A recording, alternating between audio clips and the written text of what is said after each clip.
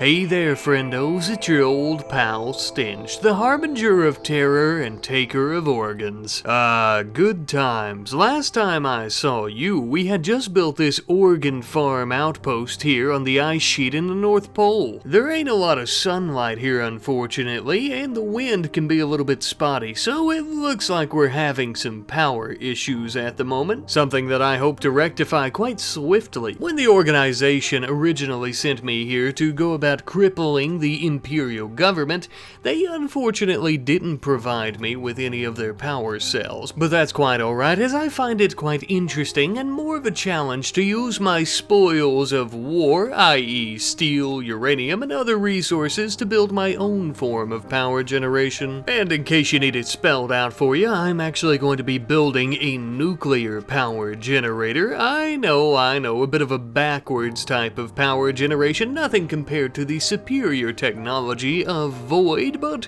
it's fun. Also, don't worry, I did remember to eventually ventilate the reactor room, that way we didn't have a gigantic meltdown destroying the polar ice caps. And since we plan on making this an official organ farm of the v.o.i.d, we also need a proper place to put our ship and land it and take off and, somewhere it won't be destroyed, of course. This will also make for the perfect place to go about sending and receiving transport pods, though I must say I have become quite accustomed to my stolen Imperial ship by this point. It's also important to mention that this place is not only going to be an organ farm, but also a bit of a fuel depot, plus we need some fuel for our ship anyhow.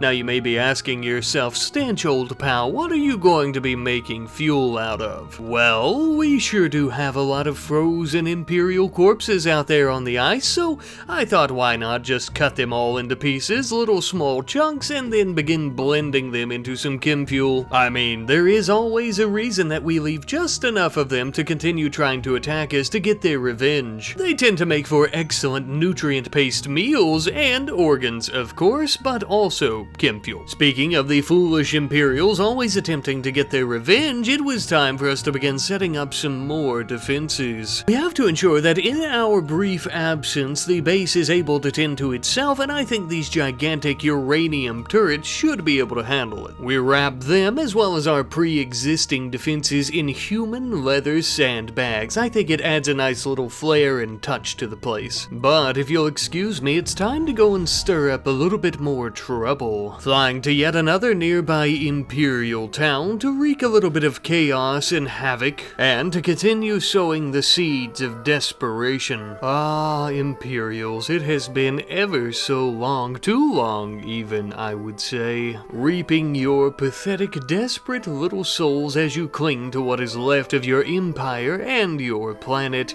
brings me such joy. It really scratches a little tickle in the back of my brain. I really wish that I could tell you that the Imperials and their defenses put up one hell of a fight. They really gave us a run for our money. They had your old pal Stench on the ground and had him on the ropes. They were about to beat me, but even as evil as I am, I wouldn't lie to you, this was a cakewalk. I had managed to lure the majority of their soldiers that remained out into an open ground where I could fire at them with very little cover to protect them.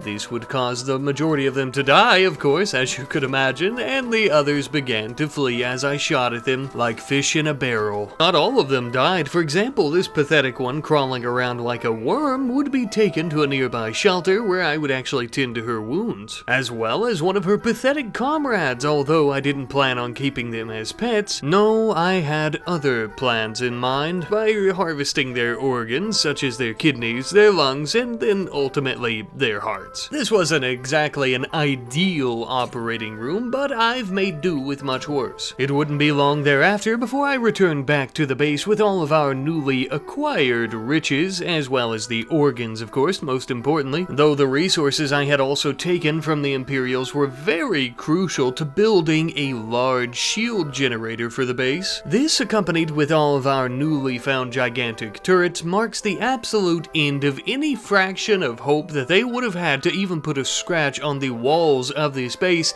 as it can actually deflect any type of nuclear warheads or other shells they could drop on us, though it does suck up a large reservoir of power when it initially activates, so we would have to replace a lot of our old stolen batteries that we have been using with some advanced ones. Again, we could easily get some void power cells from the organization, but I like a challenge. And besides, I'm curious to see if this base we've made from scrap materials from conquering all of our enemies will hold up against them. We just need to wait for an attack. Ah, yes, there they are, immediately ready for our target practice from our newfound turrets, which seem to be taking them on quite well, though we would actually disable them for a hot moment just to see what was going on, and it appears that the Imperials actually plan on sieging us.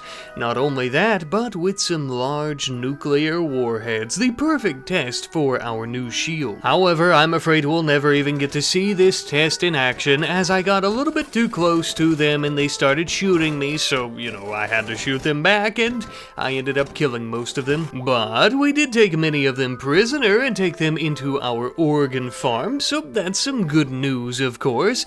Besides, there's hardly any point in testing the shield if they can't even get close enough while our turrets are on. After spending many an hour harvesting a nice warm kidney or two, we had quite the fat stack of organs on our shelves. No doubt the organization will be quite pleased and quite tickled with these, as well as all the human leather as well. We tend to like to make our suits out of it, as well as a few bits and bobs in our masks.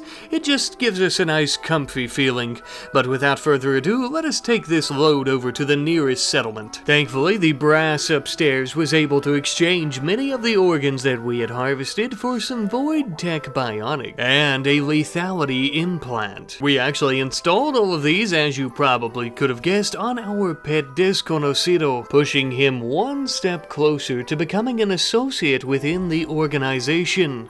Originally, I didn't have all that much hope for him, but now he's really beginning to look the part, is he not? A chip off the old block, I'd say. I guess I should probably also mention that I exchanged plenty of hearts and kidneys to get myself 2 gigantic wraith cannons. Oh yeah, these bad boys could level a small city. But you know what, I think it's finally time. The organ farm base here is self-sustaining, and with our pets left behind, in our absence, the operation should continue to go smoothly, meaning that we are free to move on and go on to bigger and better things. Now that the Empire's taken care of, the second strongest faction would be the Outlanders. Of course, they are quite friendly with us since we have no quarrel with them, or that they know of course, but we're about to start one. We arrived in one of their cities and made some parking room for ourselves before going on what could only be described as a bloodthirsty rampage with our blade. The local law of the Outlander city did their best, they really did, but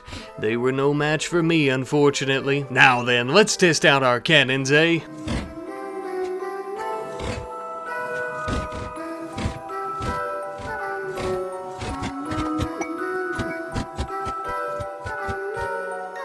Eventually, though, as the sun began to set, our rampage throughout the city would come to an end. I was quite tickled and pleased with our new weapons, and as were the slaves of the Outlanders who had now been emancipated until we eventually put them in an organ farm. Now then, off to the moon we go. I mentioned a few episodes ago how I'd like to build something of a base on this desolate little barren heavenly body, whose beautiful lunar landscapes know no bounds. With many of the resources that we had taken from the city, we shall build our own base once more. I also thought the moon would be a good idea, just as I had thought the ice caps would be a good idea. That way we stay out of the way of the organization's expansion and conquering of the factions of this world. I decided that I actually wanted to try to shove a base inside the mountainous dunes of the lunar surface itself by mining away some of the stone. The majority of the resources used here was, of course, steel, and I ended up building some solar panels for some proper power generation as well as some advanced batteries. With the necessities out of the way, I could also build myself a large golden and steel throne. Like I've said before, the Imperials do truly have a knack for craftsmanship as well as fashion, so I decided to fasten a grand throne like theirs. I also made plenty of drapes, 2 couches, and even some nice, comfortable, beautiful looking rugs out of the residents of the Outlander city. Ah, yes, it's all coming together now. Upon this rock I shall build my church. What have we here? A crashing shuttle, eh? That's interesting. Well, well, well. These are not your typical Imperials. These, my friends, are the clones, the soldiers of the new empire forming across the galaxy. Nothing more than a quick fading fad, I'm sure. But I must say, I do hear that they're quite formidable, and throughout all my travels, throughout all the worlds that I've conquered, I've never faced them before, so I was quite eager to do so. Let's have a little taste, shall we?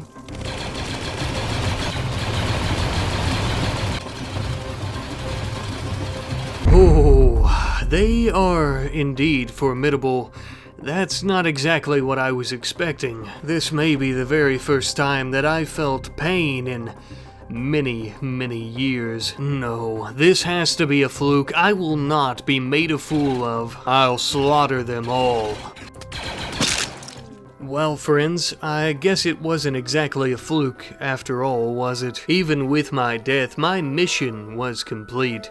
We had set up our organ farm back on the planet, and the planet was almost completely taken over by the organization at this point.